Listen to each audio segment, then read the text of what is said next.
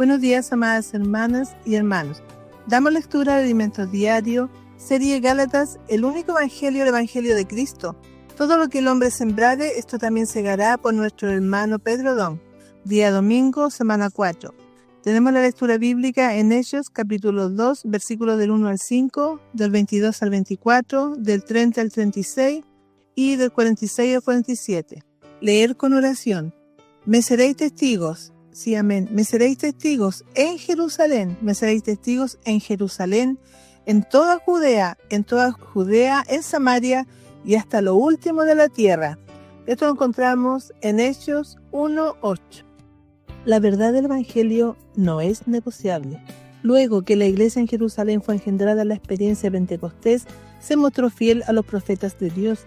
En esta primera fase no se sometió a la intimidación de la élite de la religión judía y permaneció fiel a la enseñanza de los apóstoles y al poderoso mensaje de la cruz. Sin embargo, lamentablemente, esto no se mantuvo así a lo largo de su historia.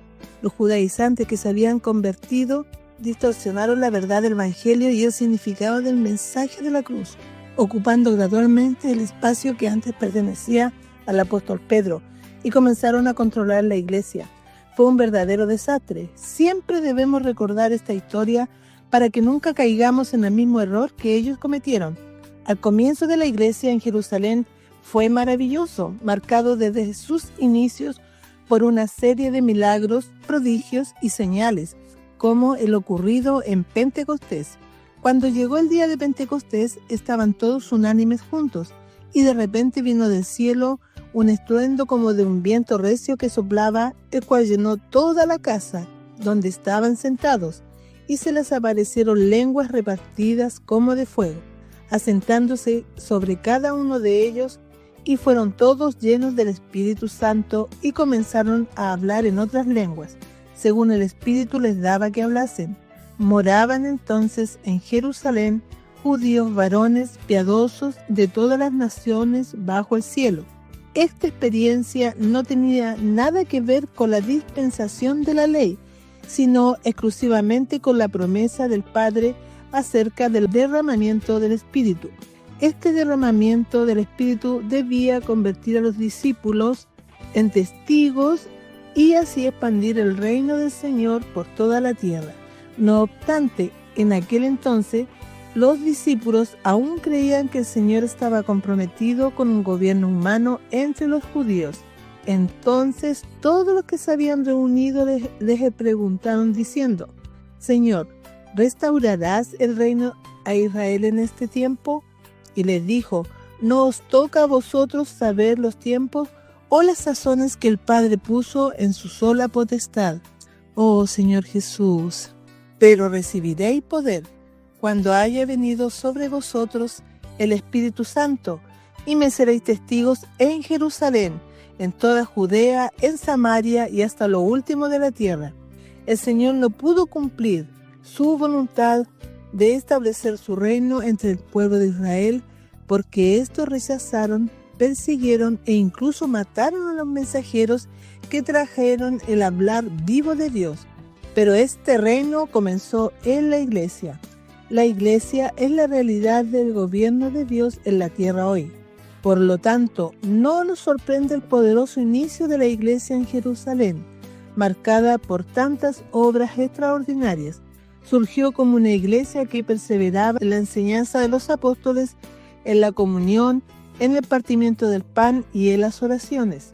Su enfoque no era guardar la ley ni un conjunto de normas de conducta, sino perseverar en la enseñanza de los apóstoles. Solo necesitamos escuchar atentamente la palabra que traen los profetas de Dios. Al hacer esto, no tenemos por qué preocuparnos, porque el Señor hará el resto. El vivir de la iglesia fue consecuencia de su comunión en la palabra de los apóstoles. Se reunían regularmente, partían el pan de casa en casa y se desprendían de los bienes materiales. Tenían todo en común. Nadie consideraba sus posesiones como propias, ni propiedades, ni bienes, sino que las vendían y las distribuían entre los necesitados. Nadie les ordenó hacerlo. Fue una reacción orgánica de quienes oían diligentemente la palabra profética. Ahora, si el Señor comenzó a tener un pueblo vivo en la tierra, dispuesto a hacer su voluntad, y perseverando unánimes cada día en el templo y partiendo el pan en las casas, comían juntos con alegría y sencillez de corazón, alabando a Dios y teniendo favor con todo el pueblo. Y el Señor añadía cada día a la iglesia a los que habían de ser salvos. Esta pudo haber sido la experiencia de los judíos, pero rechazaron al Señor y prefirieron aferrarse a normas de conductas y rituales como la circuncisión. Otra razón por la que la iglesia en Jerusalén prosperó fue la firmeza y claridad con la que el apóstol Pedro predicaba la verdad del Evangelio. En ningún momento enfatizó la necesidad de practicar la ley. Su predicación se centró en la muerte y resurrección de Cristo. Varones israelitas, oíd estas palabras: Jesús Nazareno, varón aprobado por Dios entre vosotros, con las maravillas, prodigios y señales que Dios hizo entre vosotros por medio de él. Como vosotros mismos sabéis, a este entregado por el determinado consejo y anticipado conocimiento de Dios, prendisteis y matasteis por manos de inicuos, crucificándole, al cual Dios levantó, suelto los dolores de la muerte, por cuanto era imposible que fuese retenido por ella. Nótese que en esta etapa inicial el enfoque de la predicación de Pedro no era la ley de Moisés ni la práctica de la circuncisión, sino la muerte de Cristo y su resurrección. Este es un hito que comienza la dispensación de la fe. Por eso Pedro no estaba atado a la religión judía. Pedro, por el poder del Espíritu, dio inicio a una nueva dispensación, una nueva era.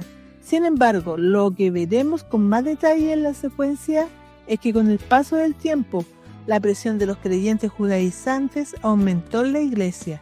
En este contexto, se llegó al punto en que Pedro dejó de ser visto como el líder de la iglesia en Jerusalén, y el contenido del evangelio predicado por los hermanos de esa iglesia se distorsionó. Reintrodujeron la imposición de las normas de conducta y los rituales de la religión judía. Seamos firmes, no podemos ceder a la presión de los líderes religiosos que quieren hacernos retroceder. Vivimos en la dispensación del Espíritu. El enfoque de nuestra predicación es la cruz de Cristo. No confiamos en la carne, sino únicamente en el poder y la sabiduría del Espíritu. Estos valores son innegociables. Jesús es nuestro Señor.